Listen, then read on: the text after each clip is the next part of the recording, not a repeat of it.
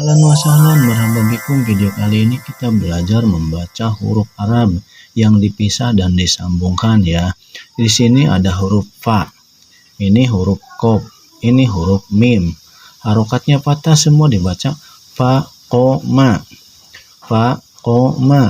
Dan ini yang disambungkan ya. Ada fa, ada qaf, ada mim.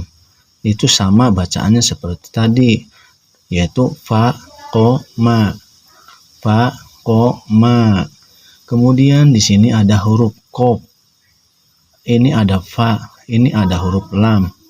Nah, ini yang disambungkan ya. Yang tadi dipisah dulu, sekarang yang disambungkan. Dibaca ko fa la, ko fa la.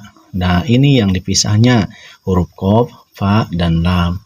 Dibaca sama seperti tadi, ko fa la, ko fa la. Terima kasih, semoga bermanfaat.